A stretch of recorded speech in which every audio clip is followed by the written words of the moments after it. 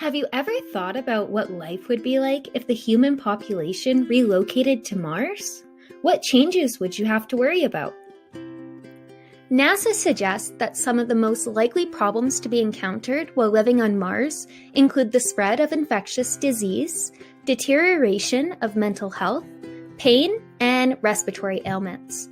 To combat these ailments, plants are an ideal solution because they are easy in transport, renewable resources, and have widespread medicinal uses.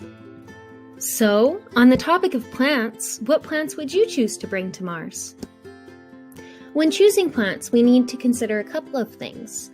Most importantly are the growth period of the plants, as well as the complexity of growth conditions.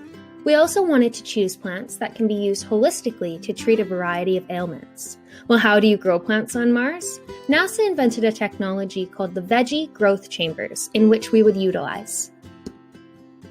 While considering all of these factors, we thought of 3 ideal plant choices: Echinacea purpura, Cannabis Sativa, and Lipidium Sativum. The first plant we would bring is Echinacea purpurea. Echinacea is a perennial flowering plant commonly found in dry, warm environments, and it has a growth time of 10 to 21 days. The active ingredients in Echinacea are alkaloids, caffeic acid and its derivatives, and polysaccharides. These can be isolated from the roots or the upper part of the plant. Echinacea would be useful on Mars due to its immune stimulant and anti-inflammatory properties, which would allow us to treat and prevent infections. Echinacea's immune stimulant properties come from alkaloids' ability to activate the neutrophils, macrophages, leukocytes, and natural killer cells in the body. Anti-inflammatory properties are due to its ability to bind and inhibit COX-1 and to a lesser extent COX-2 and 5-lipoxygenase. Alkaloids also bind to cannabinoid receptors and act as an antagonist, which may also play a role in the anti-inflammatory action of the plant. The next plant we would bring is Cannabis Sativa, which is an annual angiosperm commonly grown in nutrient-rich soil. The active ingredient in cannabis is cannabinoids, for which there are 4 main compounds: delta-9 THC, CBD, delta-8 THC, and cannabinol. These compounds are concentrated in the buds of the plant where they are extracted for medicinal use. Cannabinoids have diverse psychological and pain-relieving effects, which makes them advantageous for our trip to Mars.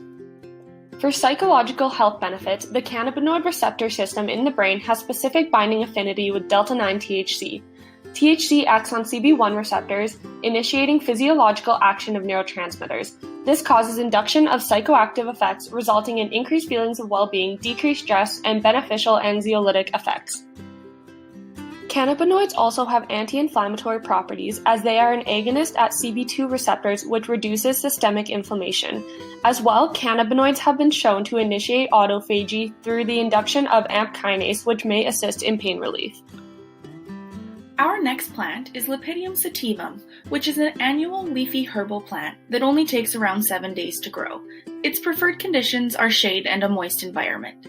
It has many active ingredients, but alkaloids and flavonoids are thought to be related to its bronchodilatory effects. We can extract an oil from the seeds, which can be used to treat hyperactive airway disorders such as asthma, bronchitis, and cough. Bronchodilatory effects are due to the combination of 3 pathways working together. Lipidium sativum acts as a calcium antagonist that blocks the voltage-gated calcium channels from allowing an influx of calcium.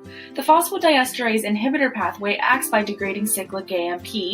The anticholinergic pathway blocks the muscarinic receptors from binding acetylcholine. Together, these pathways allow the bronchioles to stay open. With these 3 plants, we are ready to conquer life on Mars.